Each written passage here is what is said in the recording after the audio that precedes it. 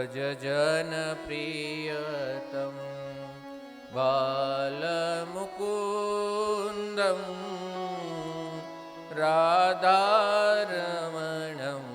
હરે હરે રાધારમણમ હરે હરે વ્રજ જન પ્રિયતમ બાલમુકુંદમ રાધારમણમ હરે હરે રાધારમણમ હરે હરે કેસર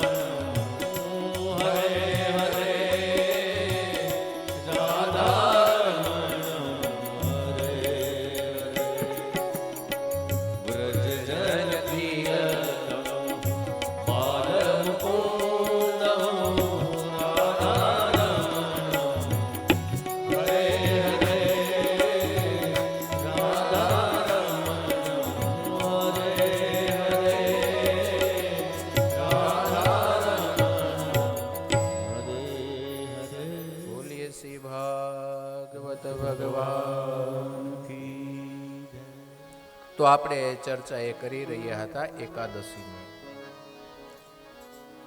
શ્રીમદ ભાગવતજીના અંતર્ગત પૃથુ મહારાજનું દિવ્ય ચરિત્રનું આપણે અવગાહન કરી રહ્યા છીએ. ત્યારે આજે આ સોજિત્રા પરિવારના આંગણે જ્યારે શ્રીમદ ભાગવતજી રૂપી મનોરથ જ્યારે આજે કથાના ત્રીજા દિવસે મંગલકારી અને પ્રભુનું ધામ આપનારી, વૈકુંઠ સુખ આપનારી એવી આજે એકાદશીનું મહાપર્વ છે. તો આપણે એકાદશીની ચર્ચા કરતા હતા. એકાદશી સનાતન ધર્મની અંદર જેટલા માનતા હોય એઓએ ફરજિયાત એકાદશી કરવાનો મહિમા આપણા મહાપુરુષોએ કીધો છે.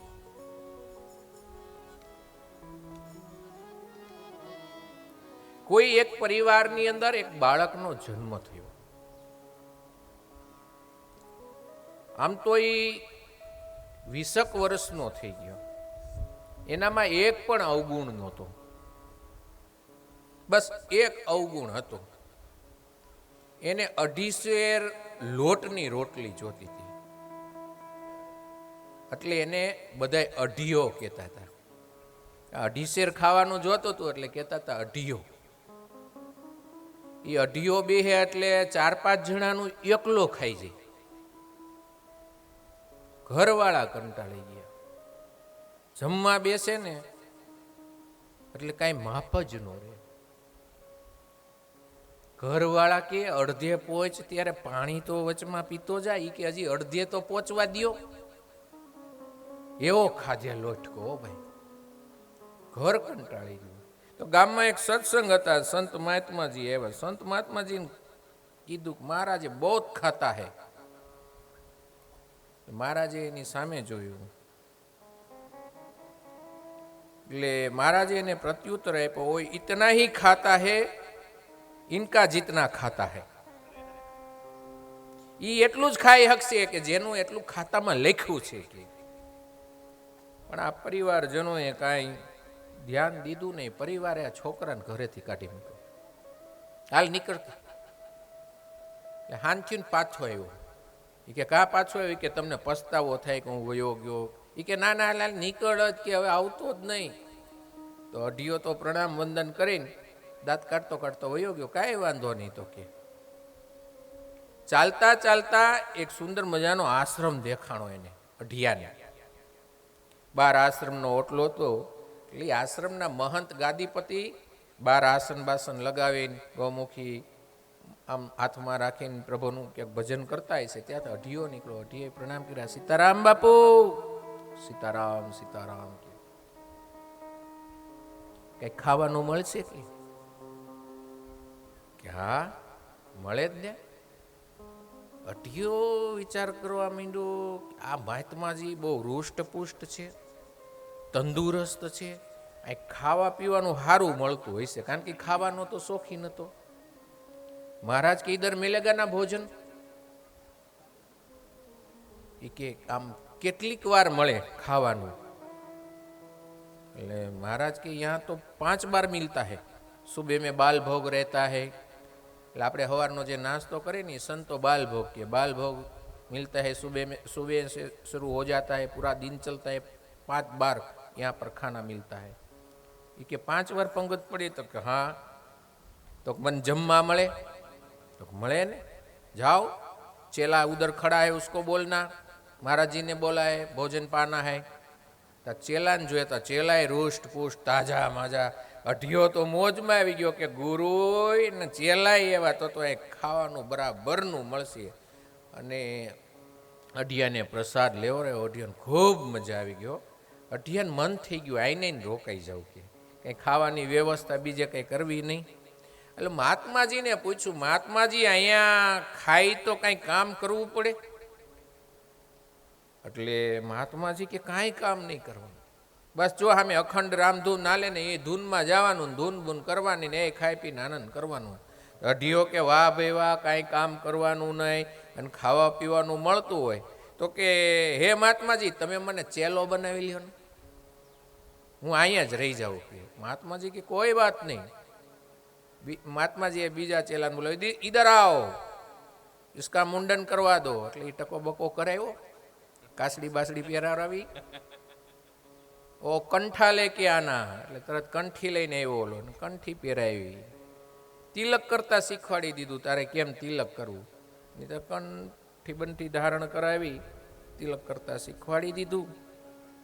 અઢિયાને કીધું, આજ સે તું હમારા ચેલા, જાઓ કીર્તન કરો. એટલે અઢિયો તો એ કાસડી બાસડી વાળીને તો મંદિરમાં પૂગી ગયો. મંદિરમાં મંજીરા પીડ્યા હતા, એક થપ્પો આખો. આમ જેને આવવું હોય એ કીર્તન કરે, હવન રીતે મંજીરા લે. આપણે કેમ આપણે રાજકોટ નામ સંકીર્તન મંદિર કેસરિયાવાડી પાસે છે ને, અખંડ રામ નામ ધૂન ચાલે છે. તો એવી રીતે ધૂન ત્યાં 24 કલાક હાલ્યા રાખે. ત્યાં મંજીરા પેડા હોય, જે હાથમાં લઈને શ્રી રામ જય રામ જય જય રામ ધૂન કરતા કરતા એની નજર રસોડા બાજુ જ હોય કે ક્યારે હરિહરનો હાથ પડે. ના બાજુ બરાબર બપોરનો ટાઈમ થાય, હરિહર એવો અવાજ સાંભળે એટલે અઢીઓ હાથમાં હોય, મંજીરા કરે ઘા હાલો હરિહર કરતો પેલો જ વેલો પંગતમાં બેસી જાય. તો આવું 10 દિવસ ચાલ્યું. એકવાર સવારમાં બેઠો બેઠો બાલભોગનો સમય હતો, નાસ્તાનો, અને અઢીઓ ઉઠી જતો તો વહેલો, એટલે વહેલો સંકીર્તન કરવા પહોંચી જાય. એટલે ધૂન કરતો તો આમ નજર રસોડા બાજુ કે આજે હારું રસોઈયો મોડો પડ્યો છે કે હજી રસોડાના તાળા મેર્યા છે, આવ્યો નથી. ધૂન બોલતા બોલતા જોવે કેમ નહીં આવ્યો હોય. રાતે કે ઉજાગરો બહાર ગયો હોય છે લગ્નમાં, કારણ કે ભૂખ બહુ લાગી. અઢીઓ ભૂખો ન રહી શકે, ભૂખ તો એનાથી જરાય સહન ન થાય. ઘડીએ ઘડીએ રસોડા સામું જોયું. એટલી વાર થયો ને તો ઓલો રોજ રસોઈયો હતો ને, રસોઈ બનાવતો ઈ ને ધૂનમાં આવીને બે ગયો ને એણે મંજીરા ઉપાડ્યા ને ઈ ચાલુ થઈ ગયો શ્રી રામ જય જય રામ. અઢીઓ મંજીરા વગાડતા વગાડતા ઓલા રસોઈયા નામામ કરે, આમ રસોડામાં ક્યારે જવું છે, એમ ક્યારે બનાવું, ભૂખ લાગી જા. પણ ઓલો દર 11 છે ને એ આશ્રમમાં એકાદશીનું વ્રત હલતું. તે દિવસે રસોડા વિભાગને તાળા અને રસોઈયાને રજા, અને માંડ રજા મેળી તો રસોઈયાને એ મંજીરા કડતાલું લઈને ચાલુ પડી ગયો. તો અઢીઓ આમ કરે ને કઈ જવું છે, એને કાંઈ ધ્યાન દીધું નહીં. એટલે અઢીઓ ખીજાઈ ગયો. ખીજાઈને ગુરુજી પાઈ ગયો કે ગુરુજી બહુ ભૂખ લગી હે, કબ મિલેગા બાલભોગ. એટલે ગુરુજી કે અરે હું તને કહેતા જ ભૂલી ગયો, આજ તો 11 છે. 11ના દિવસે આપણા આશ્રમની અંદર અન્ન પાકતું નથી, અન્ન કોઈ લેતું નથી. ઠાકોરજીને અન્નનો ભોગ નથી લગાવતા, કે ઠાકોરજી એકાદશી કરે છે ને આપણે બધા એકાદશી કરવાની જ. તો અઢીઓ કે એ તમારે મને દીક્ષા દેતા પહેલાં કેવું જોઈએ ને કે 11 અહીં રહેવી પડશે. હું 11 રહી નહીં શકું, જો તમે મને 11 રેવરાવશો તો હું 12 નહીં જોઈ શકું, હું મરી જાય. કે ગુરુજી કે એમ થોડું હાલે કે તપ તો કરવું પડે ને, તારે 11નું તો વ્રત કરવું જ પડશે. એ કે ગુરુજી આપણે એવું કાંઈ 11ની વાત નથી થઈ, તમે કહેતા હોય તાલીઓ તમારે કંઠી થતા. અઢીઓ કંઠી કાઢવા માંડ્યો, આ તમારે કંઠી પાછી. કે ગુરુજી કે અરે ઉતાવળ કરમાં અઢિયા સાંભળ, એ કે આપણે 11 કરીને તો ભગવાન ઠાકોરજી આપણી પર રાજી થાય. એ કે એ 11ની વાત નહીં, બીજું કયો. એ કે કાંઈ વાંધો નહીં, આપણા આશ્રમમાં તો આજ સુધી ગુરુ પરંપરા છે, ક્યારે અન્ન નથી બનાવ્યું, એકાદશી બધાય રહે છે. પણ જો તું ભૂખો ન રહી શકતો હોય તો એક કામ કર, રસોડા વિભાગમાંથી કાચી સામગ્રી લઈ લે અને બહાર નદીના કાંઠે વયો જાય. ત્યાં જઈ નદીના કાંઠે તું તારી હાથે રસોઈ બનાવી લેજે અને જમી લેજે. પણ શરત એક છે, તું જેમ ને એ પહેલાં આપણા ઠાકોરજીને ભોગ લગાવજે, ને ભોગ લગાવીને પછી તું પ્રસાદ લઈ લેજે. પણ આશ્રમમાં રસોઈ નહીં બનાવવાની, આશ્રમ બહાર વયો જાય. જા રસોઈ બનાવતા આવડે? એ અઢીઓ કે આમ થોડું થોડું આવડે કે, પણ હું કરી લઈ. એટલે તરત રસોઈયાને બોલાવ્યો, કાચો સામાન કાંઈ જોતો હોય, લોટ બટેટા ને ઘી ને જે કાંઈ તેલ તુરી જોતું હતું બધું આપ્યું ને ઠેલી મારી. ખંભે અઢીયાય એ તો હાલતો થયો. આશ્રમ બહાર નદીના કાંઠે આવ્યો, 3 પાણા મૂકીને મંગાળો તૈયાર કર્યો અને લોટ બોટ બાંધીને હાઈ ક્લાસ સરસ મજાની તો રસોઈ બનાવી. રસોઈ બનાવીને જ્યાં જ જમવાની તૈયારી કરે ને ત્યાં યાદ આવી ગયું કે ગુરુજીએ કીધું છે એમનેમ ન જમાય, ભગવાનને ભોગ લગાવીને પછી જ જમવું જોઈએ. આપણા નિજ મંદિરની અંદર, આપણા ઘરની અંદર એ જે ભગવાન હોય ને, જે કાંઈ રસોઈ બનાવીને એ ભગવાનના સન્મુખ કરાવવી જોઈએ, એ ધરાવી જોઈએ ને એ પછી તમે લ્યો ને, એટલે બનાવેલી રસોઈ છે ને એ પ્રસાદ બની જાય. એ રસોઈ બનાવતા બનાવતા ઓમ નમો ભગવતે વાસુદેવાયનો જપ કરતા કરતા, એ જે કાંઈ શ્લોક આવડતા હોય, જે કાંઈ મંત્રો આવડતા હોય એનું પાન કરતા કરતા, ગાન કરતા કરતા એ રસોઈ બનાવતો, રસોઈ છે ને એ પ્રસાદ બની જાય. હા, એ રસોઈ નો રહે, તમારું ભજન થઈ જાય. એ જેનો ઘરવાળો બહુ ક્રોધી મગજનો હોય ને, ઈ બેનો ઓમ નમો ભગવતે વાસુદેવાય બોલતા બોલતા રોટલી બનાવીને ઈ એને ખવડાવે તો ઈ ડાયો થઈ જાય. બોલો, એટલી તાકાત છે ભગવાનના નામની. હા, તો યાદ આવ્યું કે ગુરુજીએ કીધું છે એમનેમ જમાય નહીં, પેલા ગુરુજીના ઠાકોરજીને બોલાવવા પડે. ગુરુજીએ આજ્ઞા કરી છે, ઓમ આજ્ઞા માનતો તો, હા એમ બધુંય માને, પણ એક જ હતું એનામાં, એ ભૂખો નહોતો રહી હતો. તરત આમ ભોગનો થાળ તૈયાર કર્યો, 2 હાથ જોડી મનમાં કહેવા લાગ્યો કે હે ગુરુજીના ઠાકોરજી, મને કાંઈ મંત્રથી જમાડતા આવડતું નથી, હું કાંઈ મંત્ર જાણતો નથી, કાલી ગેલી ભાષામાં હું તમને વિનંતી કરું છું કે હે મારા ગુરુજીના ઠાકોરજી, તમે આ ભોગનો સ્વીકાર કરવા માટે આવો. રાજા રામ આઈએ, પ્રભુ રામ આઈએ, मेरा भोजन का भोग लगाइए, मेरा भोजन का भोग लगाइए. राजा राम आइए, प्रभु राम आइए, मेरा भोजन का भोग लगाइए, मेरा भोजन का भोग लगाइए. ભગવાનને બોલાવ્યા, ભગવાન આવ્યા નહીં. અઢિયો મૂંઝાણો, ભગવાન નહીં આવે તો ભગવાન ભોગનો સ્વીકાર નહીં કરે ત્યાં સુધી હું આ જમીશ કેમ? ભગવાન તો આવ્યા નહીં. પાછું અઢિયાએ ભગવાનને કીધું, ભગવાન ઓલું મંદિરમાં રોજ કે માલપુઆ ખાઈશ ને એટલે નહીં આવતા હોય. કારણ કે મંદિરમાં તો એ અરઘાની હોય, આરતી હોય, આચમની હોય, ભોગમાં માલપુઆ હોય, આ રૂખી સુખી રોટી ખાવા નહીં આવતા હોય એવું હોય છે. એટલે પાછો અઢિયો કહેવા માંડ્યો, આચમની અરઘાને આરતી યહાં નહીં મહેમાની. હે પ્રભુ, તમને એમ હોય કે મંદિરમાં જે મને આચમની મળે, અર્ઘ્ય મળે, આરતી મળે તો ઈ મહેમાની અહીં કઈ છે નહીં. आचमनी अरघानी नारती यहाँ यही मेहमानी, सूखी रोटी पाओ प्रेम से पियो नदी का पानी. राजा राम आइए, प्रभु राम आइए, मेरा भोजन का भोग लगाइए. એ પ્રભુ, તમને એમ હોય કે મંદિરમાં માલપુઆ મળશે એવું અહીં કઈ છે નહીં. અહીં રૂખું સૂકું જે બનાવ્યું છે એ ખાઈ લેવાનું અને ઊભું થઈને નદીનું પાણી પી લેવાનું. ભગવાન એવા નહીં. હરી અઢિયાએ ભગવાનને કીધું કે ભૂલ કરોગે યજી તજી દોગે ભોજન રૂખે સુખે.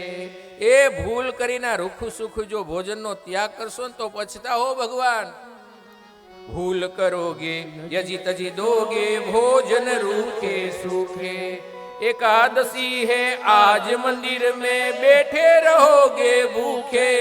जा राम आइए, प्रभु राम आइए, मेरा भोजन का भोग लगाइए. પ્રભુએ એક શબ્દ પકડી લીધો કે ભૂખા તમે બેઠા રહેશો.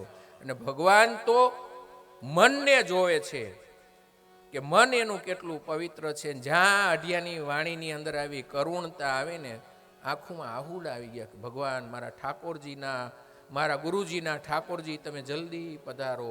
આ સાંભળીને અઢિયાની સામે ગુરુજીના ઠાકોરજી પ્રગટ થઈ ગયા. રામાય રામ ભદ્રાય રામચંદ્રાય વેધસે રઘુનાથાય નાથાય સીતાયામ પતયે નમઃ. બોલીએ શ્રી રામચંદ્ર ભગવાન કી જય. રામ તો આવ્યા, હારે સીતાજીને લઈ આવ્યા. ઓહો, અઢિયો તો ભગવાનને જોઈને ભાવ વિભોળ થઈ ગયો.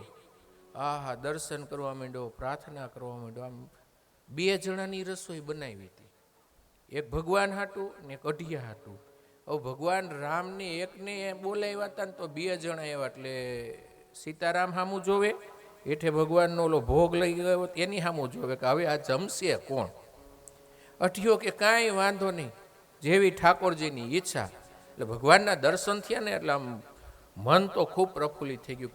હે મારા ગુરુજીના ઠાકોરજી, તમે કૃપા કરીને મને દર્શન આપ્યા, આ ભોગ છે તમે એનો સ્વીકાર કરો. એટલે સીતારામજી તો બેઠા, તરત આમ વસ્ત્ર ઉચકાયું અને એ પ્રેમથી ભગવાન રામે ને સીતાજીએ એ ભોગને આરોગવા લાગ્યા. અઢિયો કે આજ એકાદશી થઈ ગઈ આપણી, કે એ જોતો જ તો આમ હામું, કાંઈ વાંધો નહીં, કે આવતી 11 વાત. ભગવાનને જેવો પ્રસાદ લઈ લીધો ને, જવાની તૈયારી કરતા હતા ને એટલે અઢિયો કે એ પ્રભુ એ ઠાકોરજી ગુરુજીના ઊભા રહ્યો, એ આ વખતે જેમ આવવાનું મોડું કર્યું ને એમ આવતી વખતે જલ્દી આવી જાય, જો મને બહુ ભૂખ લાગે છે કે, કારણ કે હાવ ભોળો હતો એ કે આટલી બધી વાર નહીં લગાડતા, હું પછી ભૂખો બહુ નથી રહી શકતો. અને ત્યારે ભગવાન આશીર્વાદ દઈને થઈ ગયા અંતર ત્યાં. અઢિયો ઠેલી આમ ખંભે નાખીને એવો ગુરુજી પાસે ઠેલીને કર્યો ઘા. હું ગુરુજી તમે કહેતા હતા મારા ઠાકોરજીને બોલાવજો, એકને બોલાવીને બે આવ્યા. ગુરુજી દાંત કાઢવા માંડ્યા. આખી જિંદગી મેં આ મંદિરમાં સેવા પૂજા કરી, ટંકોરીઓ વગાડી, મને કોઈ દી સપનામાં કે ઠાકોરજીએ દર્શન નથી દીધા ને આ એમ કે છે એકને બોલાવીને બે આવ્યા. કે હા, એકને બોલાવીને બબે આવે છે. હવે આવતી 11 કે હું છે ને 3 જણાનો સામાન લઈ જાય, આમ કે 2 જણા લઈ જાય, જો હું આ ભૂખો રહ્યો.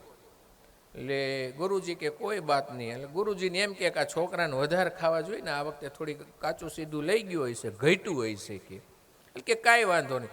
અને આ વખતે અઢિયાઈ ઓલું કેલેન્ડર હતું ને એમાં આમ જોઈ લીધું 11 કેદી છે, તેદી આમ પત્તું બેવડું વાર લીધું કે તેદી આપણે આમ રસોડા બાજુ નહીં જવાનું, સીધું આમ ભંડારામ વહી જવાનું સીધો સામગ્રી લેવા માટે. અને એટલી વારમાં બીજી 11 આવી ગઈ. સીધી મારી ઠેલી ખંભે.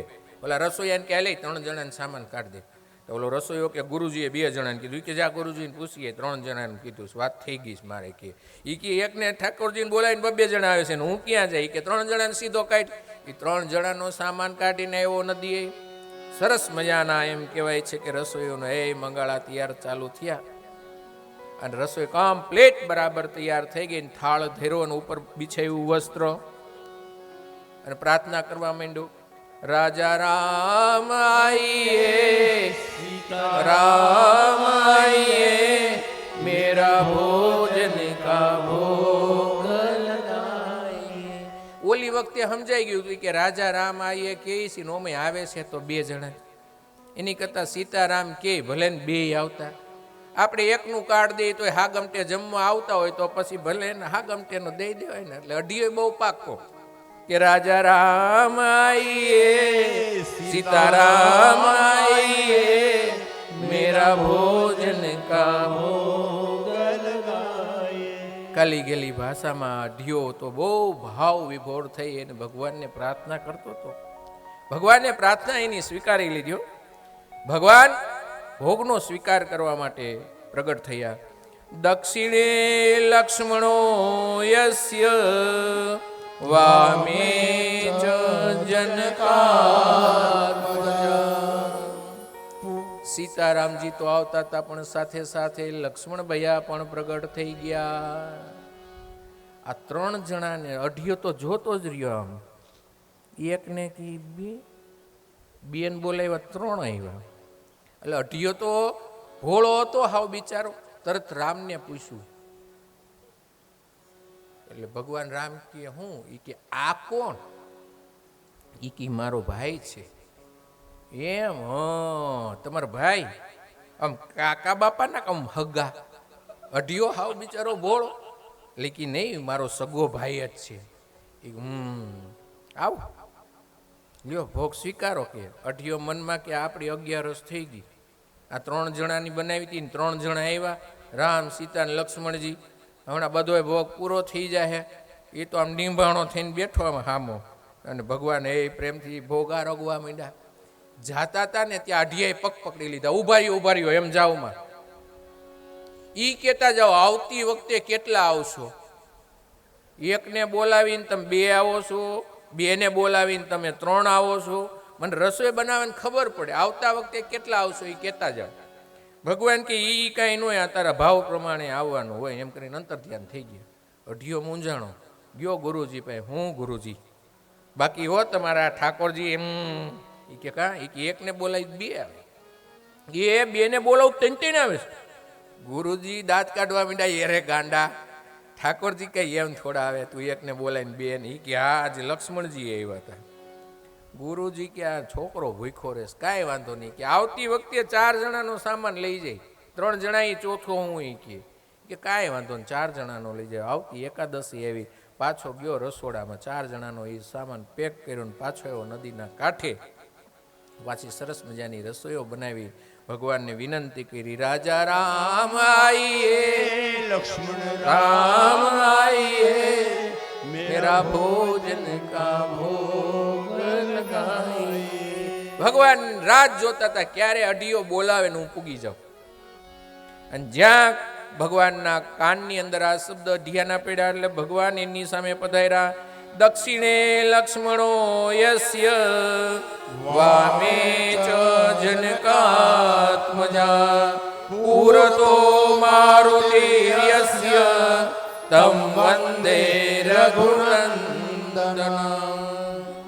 રામ, સીતાજી, લક્ષ્મણજી અને પૂરો તો મારુતિર્યસ્ય સાથે હનુમાનજી મહારાજ પણ આવી ગયા. બોલીએ શ્રી હનુમાનજી મહારાજ કી જય.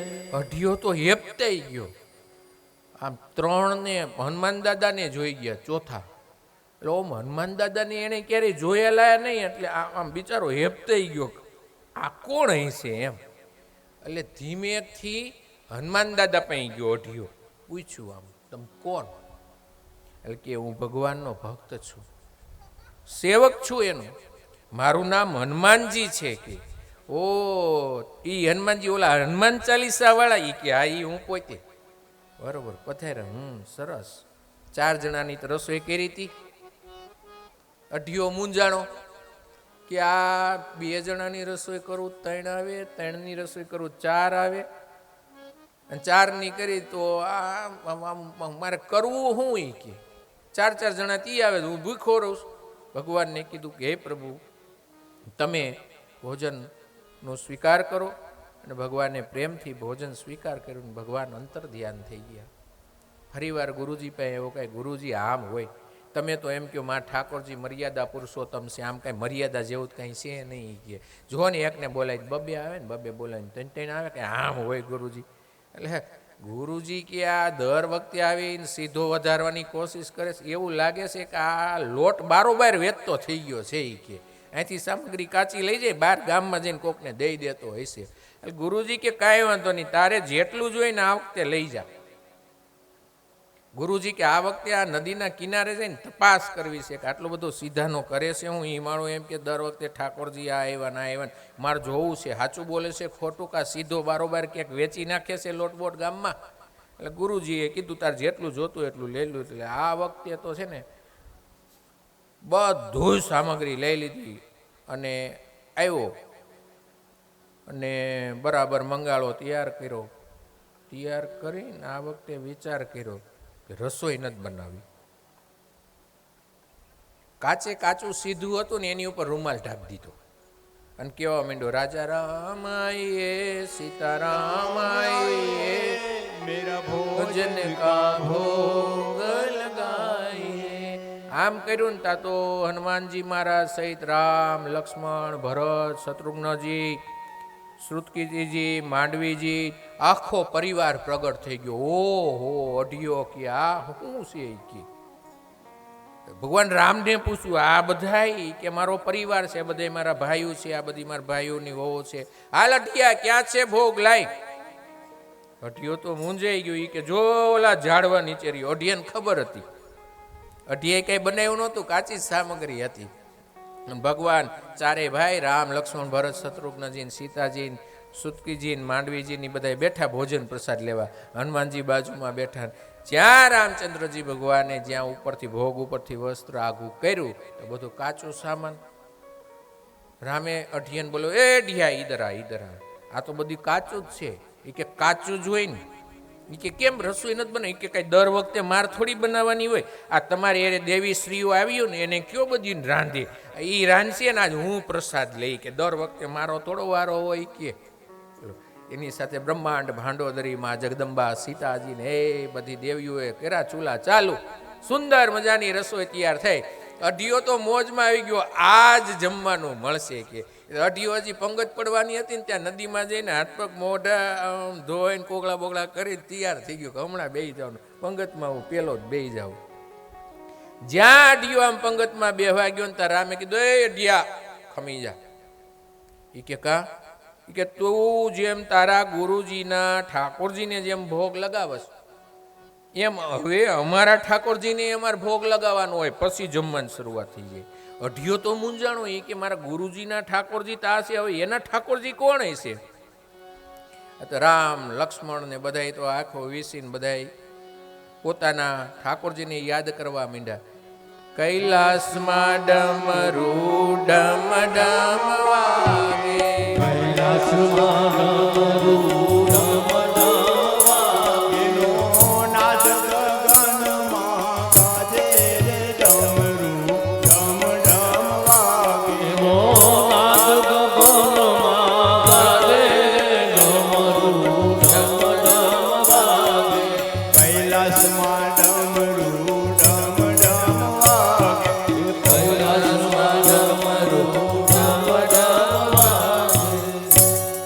જ્યાં ભગવાન રામે પોતાના ઈષ્ટ ઠાકોરજીને યાદ કર્યા ત્યાં તો એ દેવાદિદેવ મહાદેવજી, પાર્વતીજી, હે ભગવાન ગણપતિ દાદા, કાર્તિક સ્વામી, હે ભૂત ગણ, આખો પરિવાર ભગવાન રામની સામે પ્રગટ થઈ ગયો. તા તો અઢિયો જોઈને કે ઓ હો, આ ઠાકોરજીનો પરિવાર એ કેવડો છે. એ કે આ તો અઢિયો તો એકદમ નિખાલસ ભોળો, એ બીજું કાંઈ એનામાં હતું નહીં, પણ એક શ્રદ્ધા હતી કે મારા ગુરુજીના ઠાકોરજી છે, બસ એ જ એનું લક્ષ્ય હતું.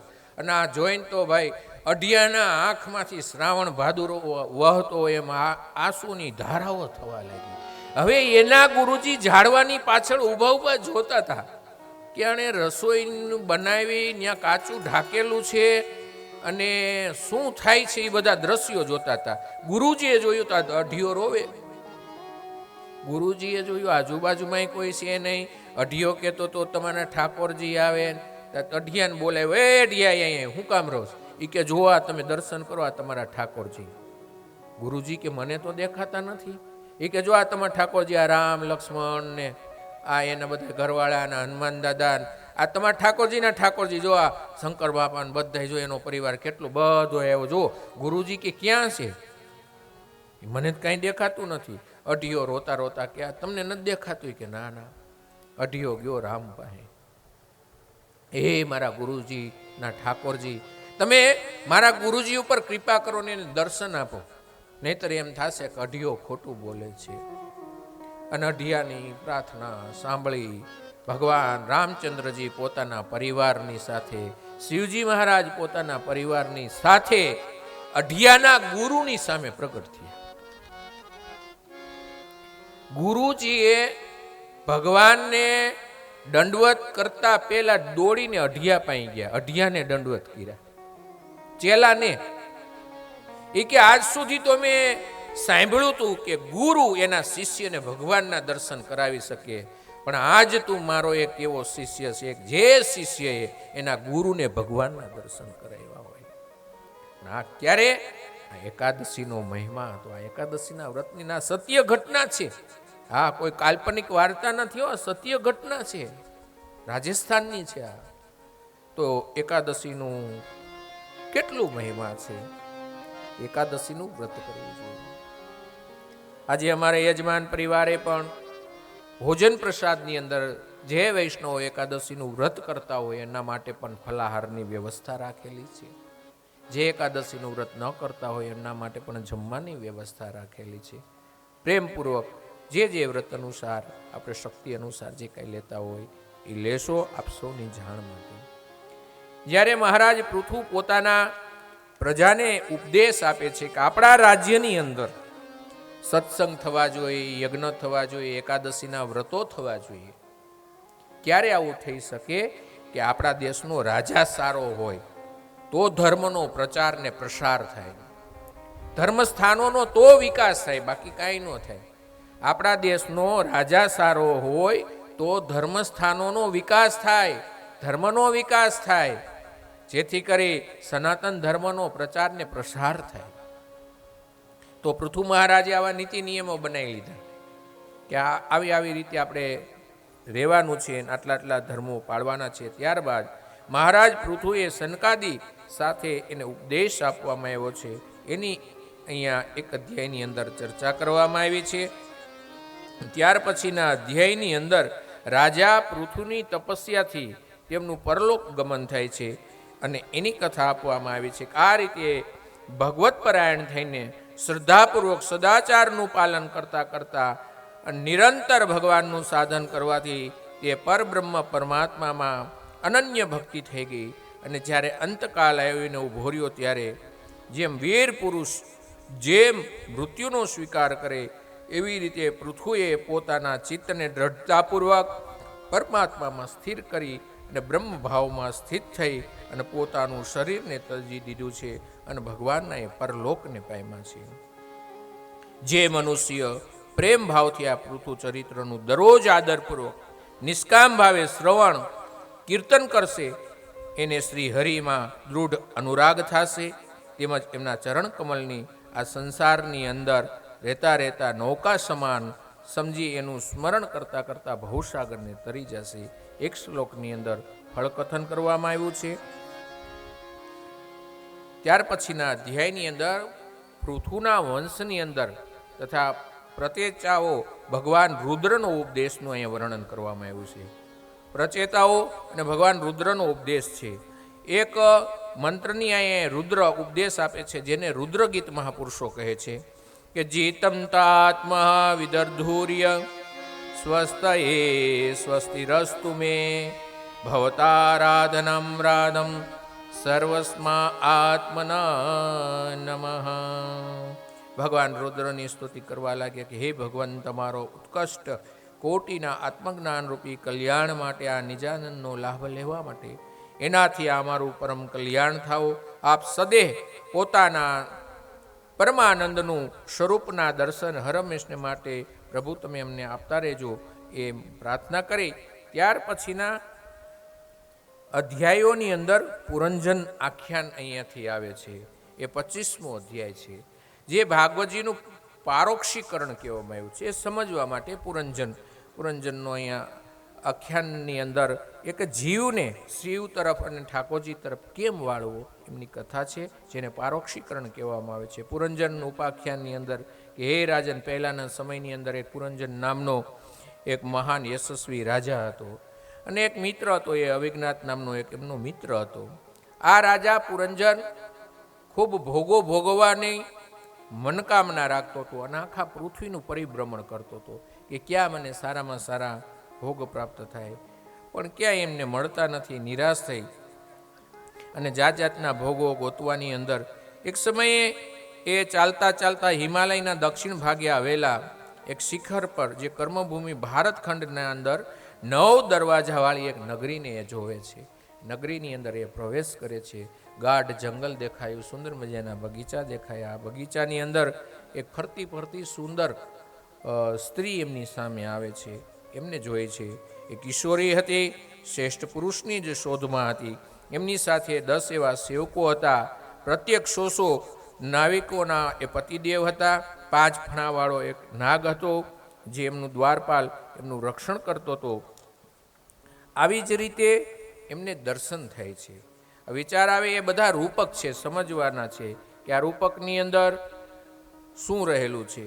કે રૂપકની અંદર આ મહાભટ્ટ છે, એ સેવકો, એ 10 ઇન્દ્રિયો છે, એ સખીઓ છે, એ ઇન્દ્રિયોની વૃત્તિઓ છે. આગળ ચાલી રહેલો સર્પ છે, એ પ્રાણ છે. એ બધું સમજવા માટે અહીં બધું બતાવવામાં આવ્યું છે. ત્યારે રાજા ત્યાર પછીના પુરંજનની ઉપર ઉપાખ્યાનની અંદર બધું વર્ણન કરવામાં આવ્યું છે.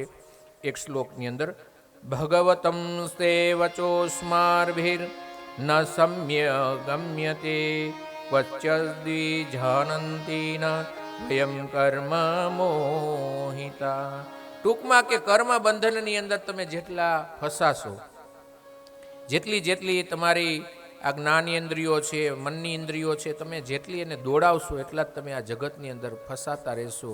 માટે આ બધી ઇન્દ્રિયોનું સમન કરી અને માત્ર ને માત્ર ભગવાનના રૂપની અંદર સ્થિર કરવાનું આપણને આ પુરંજન આખ્યાન દ્વારા એ પ્રાપ્ત થાય છે. કે મનુષ્યને જો પુનર્જન્મ ન જોતો હોય, જેમને ઉત્તમ ગતિ જોતી હોય, ભગવાનનું ધામ જોતું હોય, તો સમગ્ર રસની ઇન્દ્રિયો છે, કામનાની ઇન્દ્રિયો છે, ભોગ ભોગવવાની ઇન્દ્રિયો છે, એ બધીને વાળી અને ભગવાનના ચરણોની અંદર ભગવાનની સેવામાં વાળવી તો એમનું કલ્યાણ થાય છે. આ અહીંયા 4th સ્કંદ પૂર્ણ થાય છે. એ પુષ્પ આપણે ઠાકોરજીના ચરણ કમલની અંદર રાખી અને 5મા સ્કંદની અંદર મંગલ પ્રવેશ કરીએ.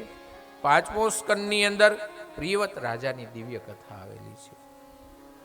પ્રિયવતો ભાગવત આત્મારામ કથમ મુનિ ગૃહે રમત યન્મૂલ કર્મ બંધન પરાભવ. રાજા પરીક્ષિતે પૂછ્યું કે હે મુનીશ્વર, મહારાજ પ્રિયવત તો મોટા ભગવત ભક્ત હતા, તે આત્મારામમાં રમનારા હતા.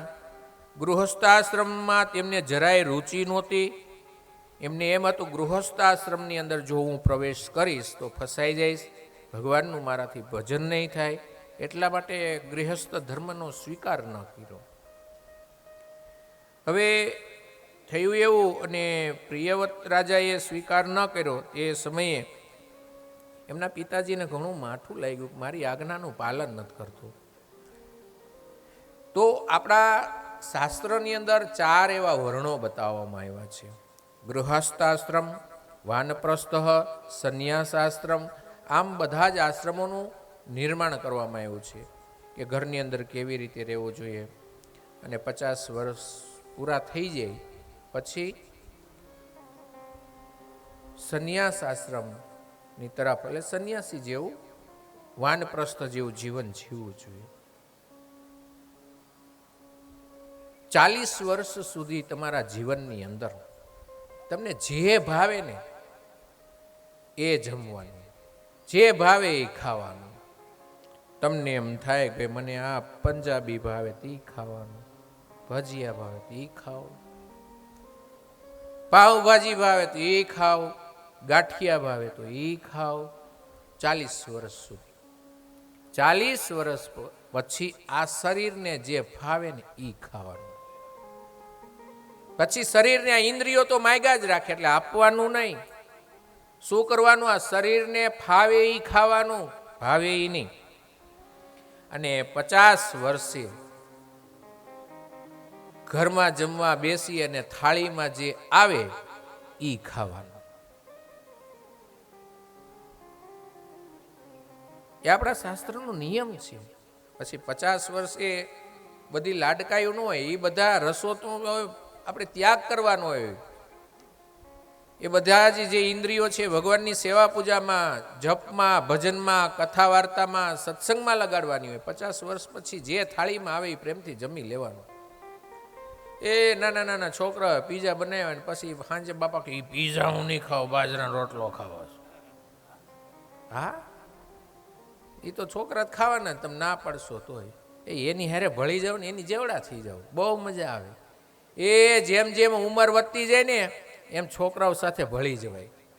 તમને બહુ જીવન જીવવાની મજા આવશે અને ઘરમાં તમને માનપા નહીં મળશે, અડધૂત નહીં થાવ. છોકરાઓ એમ કે બાપુજી આમ, હા બેટા એમ જ કરવા કરો. બાપુજી ઝૂલે ઝૂલતા હોય ને તરત છોકરાનો પૂછે બાપુજી શું જેમ છો? એ ઘરમાં જે હોય તમે તાર બનાવી નાખો, બધુંય ફાવે.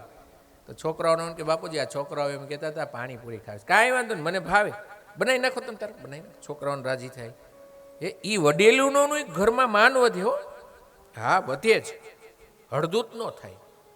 હા પણ જેવો સમય આવે એ રીતે વહી પછી બહુ ચિંતા ઘરની નહીં કરવાની. એ ઘરનો જુડો પછી છે ને છોકરાનું હોવું દઈ દેવાનું. મારું મારું કરીને બહુ નહીં રખડવાનું. એ છોડવાનું છે એ તો નક્કી જ છે ને, આજે છોડવું ને કાલે. 50 વર્ષ પછી બધી જવાબદારી મૂકી દો ને. તમે કથા સાંભળવા આવ્યા, અત્યારે કેવો તડકો છે, બાર કોક ચપ્પલ લઈ ગયું હોય તો બહાર નીકળી તો હર કે મારે ચંપલ કોક લઈ ગયું, મારે ચંપલ લઈ ગયું હોય એનું ક્યાંય સારું ન થાય. ખરાબ દઈને શું કામે ઉઘાડા પગે આ તડકામાં ચાલીને જવું પડે છે. અને પણ એ જ જગ્યાએ ચપ્પલ તમારા ગયા બરાબર, પણ એ જ જગ્યાએ તમે ચપ્પલ પહેરીને જતા હોય, કોઈ સામો ગરીબ માણસ મળે કે જેના પગમાંથી લોહી નીકળતું હોય, કાંટા લાગ્યા હોય, ની તડકામાં હેલો આવતો હોય, તમને એના પ્રત્યે દયા આવી જાય અને તમે પહેરેલા ચપ્પલ એ માણસને આપી દો, કાલે ભાઈ પહેલે ચપ્પલ જો હું તમ તાર હમણાં ઘરે પોગી જાય. તો વિચાર કરજો, ચપ્પલ જવાની બે ઘટનામાં એક જ છે ને, ચંપલ જવું. ઓલા પણ ચોરાઈ ગયા અને આ તમે સામે ચાલીને આપ્યા, તો આનંદ શેમાં આવ્યો? સામે ચાલીને તમે સામેવાળી વ્યક્તિને ચપ્પલ આપી દીધા ને એમાં તમને વધારે આનંદ આવ્યો ને, ચોરાઈ ગયો એમાં નહીં, પણ મૂળમાં જવાનું તો છે, ચપ્પલ તો બેયમાં જ ગયા. એમ તમે જે ઘરના વહીવટો છે એ તમે છોડશો નહીં તો એ છોકરા તમારે પાસે આંચકી જ લેવાના છે. એની કરતાં સામે ચાલીને છોડી દો ને પ્રેમથી, એ આ જો આખી જિંદગી અમે કર્યું તી, જો આ જમા પૂંજી છે એ આનંદ કરો. એ ગઢિયાનું માનપાન ઘરની અંદર વધતું જાય, બધાને અનુકૂળ થઈને રહે. હા, ને વડીલ છે ને એ તો ભાઈ ગામની અંદર ટાવર હોય ને ટાવર સમાન છે. વડીલોએ બધાને સરખો પ્રેમ કરવો જોઈએ. કોઈ એના માટે વાલું નહીં ને કોઈ એના માટે દવલું નહીં, બધાય રખા. ગામનો ટાવર ખોટો ટાઈમ બતાવવા માંડે તો આખું ગામ મોડું પડે ને. હે, ગામનો ટાવર હોય ખોટો ટાઈમ બતાવે બધાય મોડા પડે. ઓલો એમણે ક્યાંક મોર બોલે છે આપણને ખબર પડી જાય આટલા જ વાગ્યા, બરોબર ને, ઘડિયાળ ન હોય તો. હવે એ 1:30 વાગે બોલવા માંડે તો આખું ગામ એમ થઈ જાય હારું આમ કેમ થયું, બધા મોડા પડે. કોક એની જ રાહ જોતો હોય કે એ બોલે એટલે આમ થાય. હું ઘણી વાર ચાલુ કથામાં બોલે ને બી જાઉં કીધા શું થયું એમ. હા, એવું થાય. તો કહેવાનો મારો ભાવ એ છે કે વડીલોએ ઘરની અંદર જો સુખી થવું હોય તો સામે ચાલી અને છોડવાનું રાખો. આ કથાના માધ્યમથી એ શીખવાનું. આ પ્રિયવત એમ કે છે જો આ ઘરની જંજાલમાં હું પડીશ ને તો ફસાઈ જઈશ, પછી માયા લાગી જશે, ઘરની લાગશે, છોકરાઓને લાગશે, છોકરાની લાગશે, તો મારે પ્રભુ ભજન નહીં થાય, મારે વિક્ષેપ થશે. એટલે બ્રહ્માદિ આદિ દેવો આવ્યા, નારદજી આવ્યા ને બધાએ સમજાવ્યું ભાઈ એવું કાંઈ ન હોય, સંસારમાં રહેતા રહેતા ભગવાનને પામી જવાય. અને આ ચારેય વર્ણાશ્રમની અંદર શ્રેષ્ઠમાં શ્રેષ્ઠ જો કોઈ આશ્રમ હોય ને તો એ ગૃહસ્થ આશ્રમ છે. એની અંદર જો ભગવાન તમને મળશે. હવે બધા આશ્રમનો મૂળ ક્યાં? ગૃહસ્થ આશ્રમ. કોઈ સંન્યાસી રે, વાનપ્રસ્થ રે, તે બધાએ ભિક્ષાવૃત્તિ કરવા માટે ક્યાં આવવાનું? ગૃહસ્થી ત્યાં જ આવવાનું ને. અને ગૃહસ્થી ધર્મ ન હોય તો એ બધા ભિક્ષાવૃત્તિ ક્યાં કરે? એ મૂળમાં તો ગૃહસ્થી ધર્મને સર્વશ્રેષ્ઠ માનવામાં આવ્યો છે. તો કે ભાઈ એમાં રહેતા રહેતા તમે ભગવાનને પામી શકશો. એટલે આ રીતે ભગવાન બ્રહ્માજીના જણાવ્યા અનુસાર માની ગયા છે અને ભગવાનનું તપ કરે છે. ભગવાન એમની સામે પ્રગટ થાય છે. ભગવાને કીધું તમે ગૃહસ્થ આશ્રમનો સ્વીકાર કરો, તમારા પિતાજીની જે કાંઈ કામનાઓ છે પરિપૂર્ણ કરો, અને તમને એમ હોય કે મારી ભક્તિથી તમે વિચલિત થઈ જાઓ, નહીં કે હું તમારી સાથે જ છું, તમારું મન મારામાં જ રહેશે, તમે જરાય ચિંતા ન કરો. આવી રીતે ભગવાને એમને આશીર્વાદ આપ્યા છે. ત્યાર પછીના અધ્યાયની અંદર હવે આ પૃથ્વીના પતિ મહારાજ પ્રિયવત ભગવાનની ઈચ્છાથી રાજ્ય શાસન કાર્યની અંદર નિયુક્ત થયા છે. તેઓ સમસ્ત જગતને બંધનમાંથી મુક્ત કરી એ અત્યંત સમર્થ રહેલા આદિપુરુષ ભગવાનના ચરણકમલનું નિરંતર ધ્યાન કરતાં કરતાં પોતે રાજનો વહીવટ કરવા લાગ્યા છે. ત્યારબાદ તેમણે પ્રજાપતિ વિશ્વકર્માની પુત્રી બહિર્ષ્મસી સાથે લગ્ન કર્યું અને તેનાથી તેમને 10 એવા પુત્રો થયા, જેઓ પોતાના પિતા જેવા શીલવાન, ગુણવાન, કર્મનિષ્ઠ, રૂપમાન, પરાક્રમી હતા અને ઉર્જાવાન હતા. અને એક એવી એને પુત્રી થઈ. તેમના પુત્રો આગ્નિદ્ર, ઇદ્મ, યજ્ઞબાહુ, મહાવીર, હિણ્યરેતા, ધૃતપુષ્ટ, સવન, મેધાતિથિ, વિતિહોત્ર, કવિ, આ બધા જ નામો એ અગ્નિના છે, એ એમના સંતાનો થયા છે. એકવાર તેમને જ્યારે એવું જાણ્યું કે ભગવાન સૂર્ય સુમેરુ પરિક્રમા કરતા કરતા આ લોક પર્યંત પૃથ્વીને જેટલા ભાગમાં પ્રકાશિત કરે છે એનાથી અડધો જ પ્રકાશ રહે છે, અડધા પ્રકાશની અંદર અંધકાર રહે છે. એટલા માટે એમને ન ગમ્યું અને એમણે કે હું રાત્રિ અને દિવસ એક બનાવી દઈશ એવો સંકલ્પ કર્યો. આપણે જે 24 કલાકની અંદર રાત્રિ અને દિવસ જેમ આવે છે ને એણે કીધું આમ રાત દિવસ થાય એમ થોડું હાલે, કંઈ અડધા સૂર્ય અડધી રાતે ન આવે, મારે 24 કલાક સૂર્ય જોઈશ, હું એવું કરીશ એવો સંકલ્પ કર્યો. સંકલ્પની સાથે જ તેમણે આ સૂર્ય જેવા વેગવાળા એક જ્યોતિષમય રથ ઉપર ચડી જાય છે. જાણે કે જેમ બીજો સૂર્ય હોય એ રીતે સૂર્યની પાછળ પાછળ પૃથ્વીના 7 એવી એમણે પરિક્રમા કરી નાખી. આ ભગવાનની ઉપાસના કરવાથી તેમની અલૌકિક પ્રભાવ ઘણો વધી ગયો હતો. તે જ સમયે આ રથના પૈડાથી પર 7 એવા દીપોની રચના થઈ ગઈ. કારણ કે રથનું પૈડું ચાલ્યું ને એટલે આમ ઓલો સીલવો પડે ને, એમ 7 એવા દીપોની રચના થઈ. કારણ કે 7 પરિક્રમા કરી. 7 દીપની અંદર જંબુદીપ, લક્ષદ્વીપ, સાલમલિક, કુશદ્વીપ, કોચદ્વીપ, શાકદ્વીપ અને પુષ્કરદ્વીપ એમ પડ્યા. એમાંના બમણું અને આ સમુદ્રની બહારના ભાગની અંદર પૃથ્વીની ચારે બાજુ એવા ફેલાયેલા એવા 7 એવા ક્રમશઃ 7 સમુદ્રની રચના થઈ. હવે જુઓ, 7 સમુદ્રની અહીં વાત કરવામાં આવી છે. પેલો સમુદ્ર ખારા પાણીનો, એ તો આપણે બધાએ જોયો છે. તો બીજા 6 સમુદ્ર ક્યાં, એનું વર્ણન અહીં બતાવવામાં આવ્યું. ખારા પાણીનો તો આપણે બધું જોયો હોય કે સોમનાથ ગયા હોય ત્યાં હોય, દીવ દમણ ગયા હોય ત્યાં હોય, દરિયાકાંઠે તમે જ્યાં જ્યાં જાઓ, ગોવા ફરવા જાઓ તો એ બધું ખારું સમુદ્ર જ હોય. તો એ ખારા પાણીનો સમુદ્ર. બીજો શેરડીના રસથી ભરેલો સમુદ્ર. શેરડીનો રસ કેવો હોય, મીઠો મધુરો, એવો ભગવાને સમુદ્ર બનાવ્યો છે. ત્રીજો મદિરાનો સમુદ્ર. ચોથો ઘીનો સમુદ્ર, ઘીથી ભરેલો આખો સમુદ્ર. ત્યાર પછીનો સમુદ્ર દૂધથી ભરેલો, ક્ષીર, દૂધ એટલે ક્ષીર સાગર. નારાયણ ક્યાં શયન કરે છે? ક્ષીર સાગરની અંદર શેષ નારાયણની શૈયા બનાવી ભગવાન નારાયણ આમ પોતાના હાથનું ઓશીકું બનાવીને પગ લાંબા કરીને શયન કરતા હોય, લક્ષ્મીજી એમના પગ દાબતા હોય, એવો ચિત્ર જે આપણે ઘણાએ જોયું હોય છે. એ જ્યાં શયન કરે છે ને, એ દૂધનો દરિયો છે. પછી દહીંનો દરિયો અને છેલ્લો દરિયો એ મીઠા પાણીનો દરિયો ભગવાને બનાવ્યો. એમાંથી 6 દરિયા તો આપણે જોયા નથી, એક દરિયો જોયો છે. પણ ભગવાને એવું વ્યવસ્થિત રૂપની અંદર પ્લમ્બિંગ કર્યું છે ને, જ્યારે જ્યારે એના સંતાનોને, સંતાનો એટલે આપણે, જ્યારે જ્યારે જે વસ્તુની જરૂરિયાત પડે ને એ વસ્તુ ભગવાન આપણા સુધી પહોંચાડી દે. પણ ભગવાનનું પ્લમ્બિંગ એવું છે, એ નરી આંખે ન દેખાય. એને પાઇપ ફિટિંગ એવા કર્યા છે, આપણે જાણી ન શકીએ આ બધું આવે છે ક્યાંથી. બાળકનો જન્મ થાય, માતાના થનમાં દૂધની વ્યવસ્થા કોણ કરે છે? મારા પ્રભુ. એ પ્લમ્બિંગ છે ભગવાનનું. મીઠું પાણી આપણને ભૂતળમાંથી પ્રાપ્ત થાય છે, એ ક્યાંથી આવે છે? એ જ ભગવાનના દરિયામાંથી જ આવે છે ને. બાકી ખારું પાણી જઈશ ને સમુદ્રનું જ, પાતાળ સુધી જે કંઈ પહોંચતું હોય ખારું, છતાં મીઠું થઈને આવે છે. એ ભગવાનનું પ્લમ્બિંગ છે. ગાયના થનોની અંદર દૂધની વ્યવસ્થા, દહીંની વ્યવસ્થા, આ શેરડીના જેવો રસ જેવો મીઠો, જેમ શેરડી, એટલે કે આ ભૂતળની ઉપર જે જે રસો છે એ બધા રસો આપણી સામે પ્રગટ થાય છે. એ ભગવાનની કરુણાની કૃપાથી થાય છે.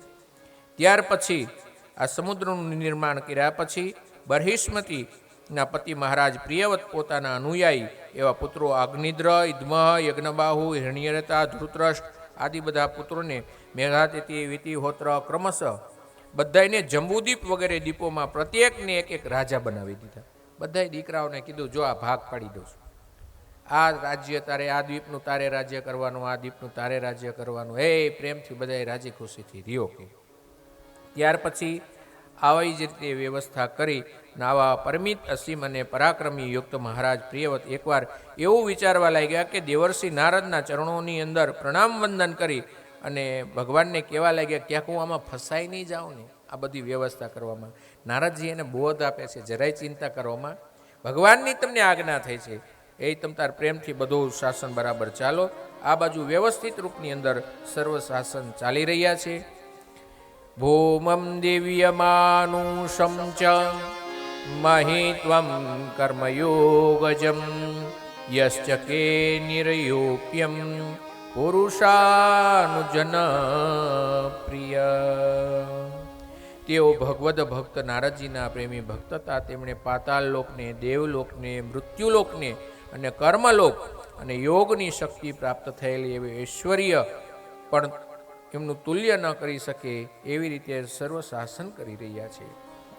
ત્યાર પછીના અધ્યાયની અંદર અગ્નિદ્રનું દિવ્ય એવું ચરિત્ર બતાવવાનું આવ્યું છે. એને ત્યાં નાભી રાજાનું પ્રાગટ્ય થાય છે. એમની એક દિવ્ય કથા બતાવવામાં આવી છે. અને નાભી રાજા એ અહીંયા એક શ્લોકની અંદર કહે છે, અહીંયાથી જેમ અલગ અલગ રાજાઓની અહીંયા આપણે કથા શ્રવણ કરી, એમ નાભી રાજાનું અહીંયાથી ચરિત્રની અંદર શ્રી ભગવાન કહે છે કે અહો બતાહા મૃષયો ભવદ્વિધિર્ગિરિર્વરે મસૂલમં ભીયાચિતયુષ્મતજો મયા દ્રશ. સુખદેવજીએ પૂછ્યું કે હે રાજન, આ ભૂખંડની અંદર રાજા વર્ષાધિપતિ નાભીના પૂજ્ય એવા ઋત્વિજો પ્રભુનું ચરણારવિંદનું સેવન કરવા કરતાં જ્યારે પૂર્વોક્ત સ્તોત્ર વડે જ્યારે સ્તુતિ કરી, ત્યાં દેવશ્રેષ્ઠ શ્રી હરિએ એની ઉપર કરુણાવશ થઈ અને શું કર્યું હતું, ત્યારે ભગવાન અહીંયા સ્વયં કહે છે કે હે ઋષિઓ સાંભળો. અસમંજસની અર્થાત ન સમજી શકાય તેવી આ વાત છે. બધા સત્યવાદી મહાત્માઓ, તમે મારી પાસેથી ઘણું જેવું દુર્લભ વરદાન માંગ્યું છે, ત્યારે તેથી સ્વયં હું પોતાનો અંશ કળાથી આગ્રેનના પુત્ર નાભીને ત્યાં હું અવતાર લઈશ. આ નાભી રાજાને ત્યાં ભગવાન અવતાર લઈને આવશે એવું એમને વરદાન આપ્યું છે. અને એને ત્યાં ભગવાનના અવતાર સ્વરૂપ એવા ઋષભદેવજીનું પ્રાગટ્ય થાય છે. અને આ ઋષભદેવજી એ પણ પોતાના પૂર્વજો જેમ ભગવાનમાં રત રહેતા હતા, સેવા પૂજાની અંદર એમ જ રત રહેતા હતા. એ બધું શાસન કરતા હતા, ઘરમાંય રહેતા હતા, રાજ્યમાંય રહેતા હતા, પણ રાજ્ય પરિવાર શાસન એને બંધન કરતા નહોતા. દરેક મનુષ્યએ ઘરમાં જ રહેવું જોઈએ.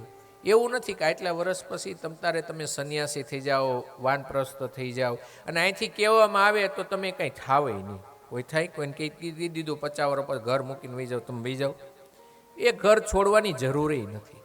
એ ઘરમાં એવું જીવન જ જીવો, સંન્યાસી જેવું, વાનપ્રસ્થ જેવું જીવન જીવો ને તોય ભગવાન મળશે. એ ઘરના ખૂણામાં તમે એક ઓયડીમાં પડ્યા રહો ને તોય ભગવાન તમને મળશે. એ ક્યાંય વનમાં જવાની જરૂર નથી. એને વનમાં જઈને કરશો હું, એક તો ઘર છોડીને આવે અને વનમાં જઈને મોટા બંગલા બનાવે. અહીંયા 1-2 છોકરા છોડે, ત્યાં 500 છોકરા ભેગા થાય. હે એવું જ ને, એ માયાની કરુણા નથી. ઘર છોડે ભગવાન બાપા, ઘર છોડીને જાય તો વનમાં ઘર બનાવે, મોટો આશ્રમનું નિર્માણ થાય. અને મહાત્માજી આશ્રમ ખોલે એટલે શિષ્યો આવે, શિષ્યો એટલે છોકરા. ઓલા ઘરે 2 જ હોય, ત્યાં 500 થાય ને 1000 થાય. તો એની ઝંઝાળ દે ને એની કરતાં ઘરમાં બેઠા બેઠા જ ભગવાનનું ભજન ન કરી વિરક્ત થઈને રહ્યો તો વાત જુદી. આપણા મહાપુરુષોની ઘણી એવી કથાઓ છે વિરક્ત. અને કલિકાલની અંદર વિરક્તા તો હવે ક્યાં રહી છે? સત્ય રહ્યું નથી, ભક્તિ રહી નથી, એ બધું ભગવાનની હારે વયું ગયું છે. અત્યારે જે કાંઈ સમાજમાં દેખાય છે ને એ બધો આડંબર છે, દેખાદેખી છે. કાંઈ ભક્તિ રહી નથી, કાંઈ ઠાકોરજી પ્રત્યે પ્રીતિ રહી નથી, સત્ય રહ્યું નથી, આચરણ કોઈના સારા રહ્યા નથી. ગમે ત્યારે ગમે એ બાજુ, ગમે જે બાજુ આપણને એમ થાય આ બાજુ મને થોડોક ફાયદો થાય એટલે એ પક્ષમાં વ્યા જાય. અહીંયા ગેરફાયદો એટલે છોડી દીધો. નથી કહેતા જે બાજુ પવન હોય એ બાજુ ઘોડી મંડાય, એવું ન હોય. તો આવા મહાપુરુષો જે કહી ગયા છે, ઋષભદેવજીએ પોતાનું શાસન જ એવું કરતા હતા કે એના મનથી ક્યારે ભગવાનનો ત્યાગ ન થાય. એવું સુંદર મજાનું જ્યારે શાસન કરતા હતા ભગવાન ઋષભદેવજી પોતાના દેશને અજનાબ ખંડને આ કર્મભૂમિ માની લોક સંગ્રહ એટલે અર્થાત લોક કલ્યાણ કરવાના ભાવથી કર્મભૂમિ માની અને જ્યારે રહેતા હતા ત્યારે જેમ ગુરુકુલની અંદર વાસ કરતા હોય, ગુરુદેવની યથાયોગ્ય દક્ષિણા આપી ગૃહસ્થી ધર્મની અંદર જેમ પ્રવેશ કરી આજ્ઞા મેળવી દેવરાજ ઇન્દ્રએ આપેલી તેમની પુત્રી જયંતી સાથે એમના વિવાહ થયા. અને શ્રુતિગત અને સ્મૃતિગત આ બંને પ્રકારના શાસ્ત્રોનો ઉપદેશ કરી કર્મનું આચરણ કરતા કરતા એમના ગર્ભ દ્વારા 100 એવા પુત્રોને ઉત્પન્ન થયા છે.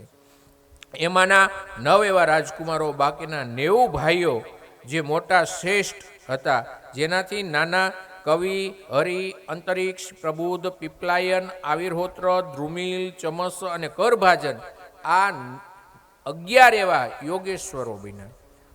11 એવા યોગેશ્વરોની કથા એકાદશ સ્કંદની અંદર આવવાની છે અને બહુ જ્ઞાન સબર છે. એ ભાગવતજીની અંદર જ્ઞાનથી જો કાંઈ ભરેલું હોય ને તો એકાદશ સ્કંદ છે. હા, એકાદશ સ્કંદમાં તો એવું જ્ઞાન અને ભક્તિથી ભરેલો છે કે એની વાત જ કરો. મુક્તિ આપનારો સ્કંદ હોય તો એકાદશ સ્કંદ છે. એની અંદર 9 યોગેશ્વરોની ચર્ચા આવે છે. આ 9 યોગેશ્વરોને એક એક પ્રશ્ન પૂછવામાં આવે છે. અને એક એક પ્રશ્નની અંદર એનો પ્રત્યુત્તર આપવામાં આવે. અને એ નવે નવ યોગેશ્વરને પ્રશ્ન પૂછનાર પાછા રાજા જનક વિદેહ છે. વિદેહ એટલે કે જેને નગરમાં રાજ્યમાં રહેતા રહેતા છતાં આ દેહને એ ભૂલી ગયા હોય, વિદેહ.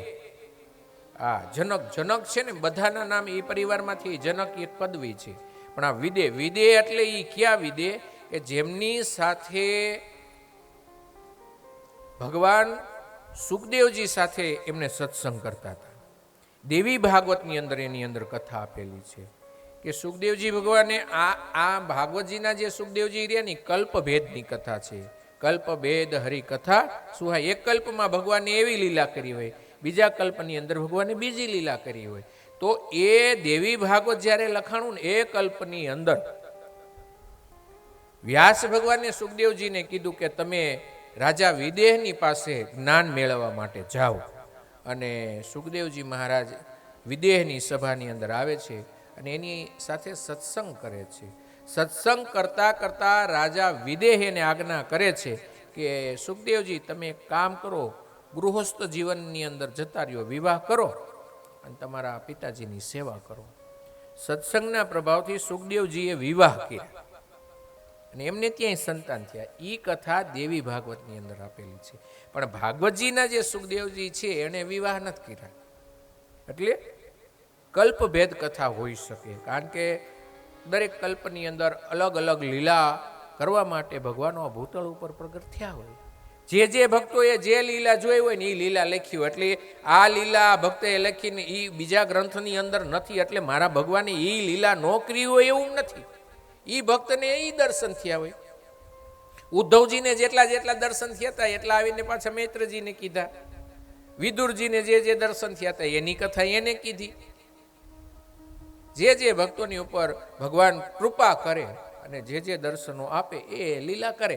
એમ સમાધિની અંદર વ્યાસ ભગવાનને જે લીલાના દર્શન થયા એ લીલા ચરિત્રો આ ભાગવતજીની અંદર ઉલ્લેખ કર્યો. ચતુશ્લોકી 4 શ્લોકમાંથી 18,000 શ્લોકની રચના કરી. એમ એ દેવી ભાગવત વાળા વ્યાસજીએ વિવાહ કર્યા હતા. એ વિદેહની સાથે બહુ જ્ઞાની હતા, એની સાથે 9 યોગેશ્વરોનો એ સંવાદ આવે છે. એની દિવ્ય કથા છે. એકાદશ સ્કંદની અંદર બપોર પછી જ શાસ્ત્રી શ્રી કૌશિકભાઈ ભટ્ટ એના કાર્યથી નિવૃત્ત થઈને કદાચ આવી પણ જશે. અને ત્યાર પછીના અહીંયા આપણને એકાદશ સ્કંદની આદિ બધી કથા છે એમના દ્વારા આપણને શ્રવણ કરવાની પ્રાપ્ત થશે.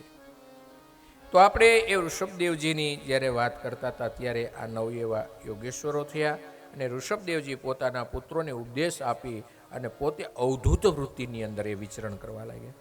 બધું શાસન હતું ને પોતાના પુત્રોને દઈ દીધું. અવધૂત અજગર વ્રતધારી થઈને ઋષભદેવજી રહેવા માંડ્યા. અજગર વ્રતધારી, અજગર એટલે શિકાર કરવા માટે રખડે ને એક જગ્યાએ પોતાનું મુખ ખોલીને બેસે. સહજતા એના મુખની અંદર જે કાંઈ આવે એનો એ સ્વીકાર કરી લે અને એનો ભોગ કરે. એવી વૃત્તિથી રહેવા માંડ્યા. જે ભાગ્યમાં હોય એ આપણને મળી રહે, એ લઈને ભગવાનનો જે આપણા ભાગ્યમાં હોય એ ભગવાનનો પ્રસાદ માનીને રહેવાનું. ભગવાનનું કામ કરીએ છીએ, ભગવાનના રાજ્યમાં રહું છું, ભગવાનનો નોકર છું અને જે કાંઈ મળે છે ભગવાનની કૃપાથી મળે છે અને જે કાંઈ મળે છે ભગવાનનો પ્રસાદ રૂપી, આશીર્વાદ રૂપી એનું ગ્રહણ કરું છું. હું કાંઈ નથી, કાંઈ મારું નથી, જે કાંઈ છે એ બધું ઠાકોરજીનું છે. એવા ભાવથી રહેવો જોઈએ. અહંકાર ન આવવો જોઈએ કે આ મારું, આ મારું. તો કે આ ઘર કોનું? કે આ ઘર મારું, આ બંગલો મારો, આ ગાડી મારી. આ મેંપણા છે ને એ આપણો નથી, એ ભગવાનનો છે. પણ ભગવાન પાસેથી આપણે લઈ લીધો, કબજો કરી લીધો, કબજો. આપણો છે જ નહીં. ભગવાન કે મારું મારું કરે એને હું મારું, અને તારું તારું કરે ભગવાન કે હું એને તારું છું. મુક્ત કરી દો, ભગવાનના ચરણોમાં અર્પણ કરી દો. ભગવાન કે હું અત્યંત રાજી થાઉં છું. ઋષભદેવજીના જે 100 પુત્રો હતા, ભરત સૌથી મોટા હતા અને તેઓ ભગવત પરાયણ હતા. ઋષભદેવજી આ પૃથ્વીનું પાલન કરતાં કરતાં તેમને રાજગાદીએ બેસાડ્યા છે અને એમના પિતાજીની આજ્ઞા અનુસાર એ રાજ્યનું શાસન કરવા લાગ્યા છે. ત્યાર પછીના અધ્યાયની અંદર ઋષભદેવજી પોતાના દેહનો ત્યાગ કરે છે. 2 મંત્રની અંદર અહીંયા ભક્તિ અને મુક્તિ એમ 2 શ્લોક આપ્યા છે. એક શ્લોકની અંદર ભક્તિનો મહિમા બતાવ્યો છે, બીજા શ્લોકની અંદર મુક્તિનો મહિમા બતાવ્યો છે કે રાજનમ પ્રતિર્ગુરુતુલમ ભવતામ યદૂનામ દેવમ પ્રિય કુલપતિમ ક્વચ કિંકરો અસ્તેવમગ્વમ ભગવાન ભજતા મુકુંદો મુક્તિમ દદાતિ કરહચિત મન ભક્તિ યોગમ. સુખદેવજી કહે છે કે હે રાજન, ભગવાન શ્રી કૃષ્ણ સ્વયં પાંડવો તથા યદુવંશીઓ એટલે યાદવોના રક્ષક હતા. ગુરુ, ઈષ્ટ, સુહૃદ, કુલપતિ હતા તેઓ. જ્યાં સુધી તેઓ ક્યાંક તેઓ એ આજ્ઞાંકિત સેવક પણ બની જતા હતા, એ જ પ્રમાણે ભગવાન બીજા ભક્તોને પર અનેક કાર્યો એવા કરતા હતા. એ મુક્તિ આપનારા પણ છે, પરંતુ મુક્ત કરતા પણ એ શ્રેષ્ઠ એ ભક્તિ યોગને ગણવામાં આવ્યો છે. જો ભગવાનનો એણે અહીંયા દાખલો આપ્યો કે ભગવાન યદુવંશની અંદર પ્રગટ્યા, એ યદુઓને ખૂબ સેવાય કરી, પાંડવોની સેવા ન કરી ભગવાને. લ્યો ઠાકોરજી આવીને એ બધાય કામ કરી દીધા ને, જ્યારે વિપત્તિ આવી ત્યારે દોડીને આવ્યા ને, એ કોઈ સાથ ન આપ્યો. એ બધું જેના માટે આખા પરિવાર માટે આપણે દોડતા હોય ને, એ કોઈ હારે ન આવે. હારે આવશે ને તો કરેલી ભક્તિ હારે આવશે, કરેલું દાન પુણ્ય હારે આવશે, એકેય પરિવારજનો હારે નહીં આવે. આ 4 દિવસના ચાંદલડામાં તમે જે કાંઈ ઠાકોરજીની સેવા પૂજા કરી હશે ને, એ ભાથું તમારે હારે આવવાનું છે, બાકી કાંઈ આવવાનું નથી. તો આવી મહાપુરુષોની વાણી દ્વારા, આવી ભાગવત કથા દ્વારા, ભગવાનના લીલા ચરિત્રો દ્વારા અહીંયા ભક્તિ અને મુક્તિનું નિરૂપણ કર્યું છે. અને એ 2 શ્લોકનો સાર માત્ર એ જ છે, બધું છોડી ભગવાનનો આશ્રિત રહેવાનો, ભગવાન ઉપર ભરોસો રાખવાનો. એ આ જિંદગીનો કાંઈ ભરોસો નથી. 4 દિવસનું ચાંદલડું છે, ક્યારે બુરજાઈ જાય, કોઈ હારે આવવાનું નથી, એકલા જ જવાનું છે. 4 દિવસના ચાંદલડા પર જૂઠી મમતા સામારે, જેના આવે સંગાથે એની માયા સામારે. 4 દિવસના ચાંદલડા પર જૂઠી મમતા સામારે, જેના આવે સંગાથે એની માયા સામારે. મેં બાંધેલી મહેરાતોને દોલતનું કાલે શું થાશે? મેં બાંધેલી મહેરાતો દોલતનું ક્યારે ચૂકાશે? મારે જાવું પડશે એકલડું, પરિવારનું ક્યારે શું થાશે? મારે જાવું પડશે કાળું, પરિવારનું ક્યારે શું થાશે? પરિવારનું ક્યારે શું થાશે? અહીંનું કરેલું અહીં રહી જવાનું, મોટી ચિંતા શા માટે? જેના આવે સંગાથે એની માયા સામારે, એની માયા. જે કરેલું છે ને ઈ બધું જ આઈને રહી જવાનું છે. ગાડી, બંગલા, વાડી, ખેતર, પરિવાર કાંઈ હારે ન થવાનું. હારે આવશે કે 7 દિવસ એ આ ભગવાનજીભાઈની આ કથા બેઠી હતી ને, એ 7 દી હાંભળી, એ જે કાંઈ પૂન ભેગું કર્યું ને બધું પૂન ભેગું આવવાનું છે. એ ભગવાનને ભલે શ્રદ્ધા ન હોય તો એ કથા સાંભળો, ભગવાન ઉપર ભાવ ન હોય તો એ કથા સાંભળો, એ કાંઈ સમજાય નહીં, કાંઈ યાદ ન રહે તોય કથા સાંભળો, તોય કથા તમારું કલ્યાણ કરશે. તો એ ભક્તિ અને મુક્તિનો ઉપદેશ શ્રી વૃષભદેવજીએ અહીં આપ્યો અને આ પુષ્પ આપણે ભગવાનના ચરણોની અંદર અર્પણ કરી આપણા ત્રીજા દિવસનું પ્રથમ સત્ર જ્યારે વિરામ તરફ જઈ રહ્યું છે ત્યારે એક નાનો એવો 5 મિનિટનો નીચના તાલની અંદર રાસ લઈ અને આપણી આ કથાને વિરામ તરફ લઈ જઈ પુનઃ મળીશું બપોરે 3 કલાકે.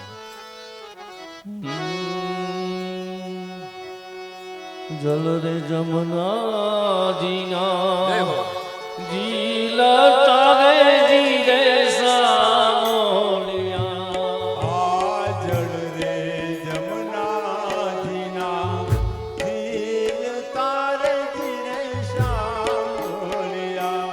આ જલ રે જમના જીના જીલા તારે જીરે સામોલિયા આ જળ રે જમના ધીર તાજી રે સાંભળ્યા. એ અમને મોતીયું લાગ્યું રે હાથ નંદાજીના નાદોડિયા એ અમને મોતીડું લાગ્યું હાથ નંદજીના નાનડિયા. એ અમને મોતીયું લાગ્યું રે હાથ નંદાજીના નાદોડિયા અમને મોતીડું લાગ્યું હાથ નંદજીના નાનડિયા. જળ રે જમના જીના જીલા તારે જીરે સામોલિયા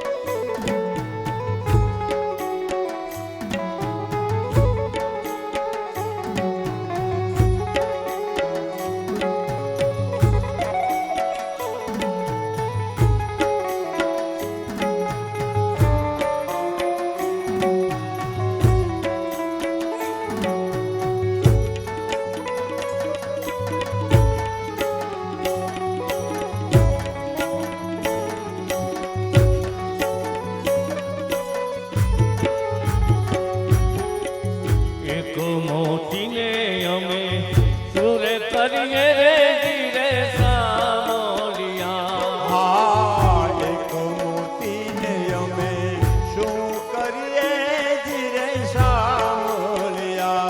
આ એક મોતીને અમે શું કરીએ રે જીરે સામોલિયા આ એક મોતીને અમે શું કરીએ જીરે સાંભળ્યા. એ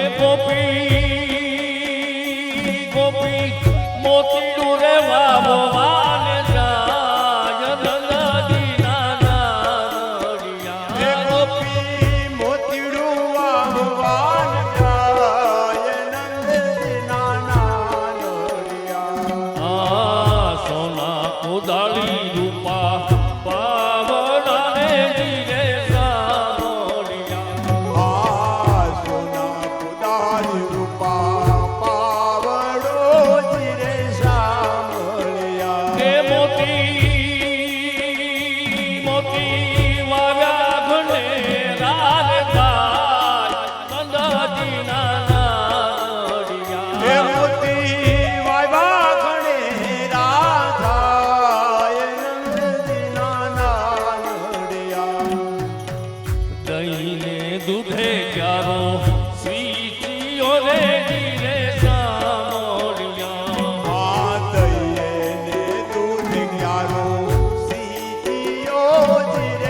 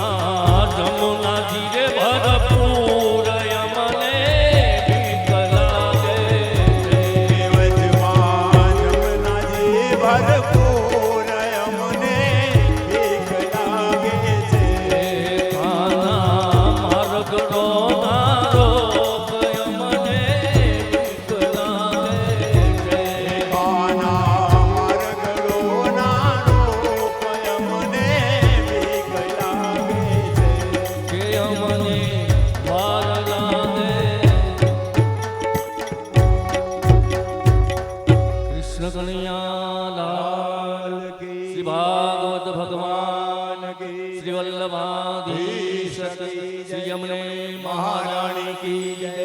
ઓમ નમઃ પાર્વતી પતયે હર હર મહાદેવ.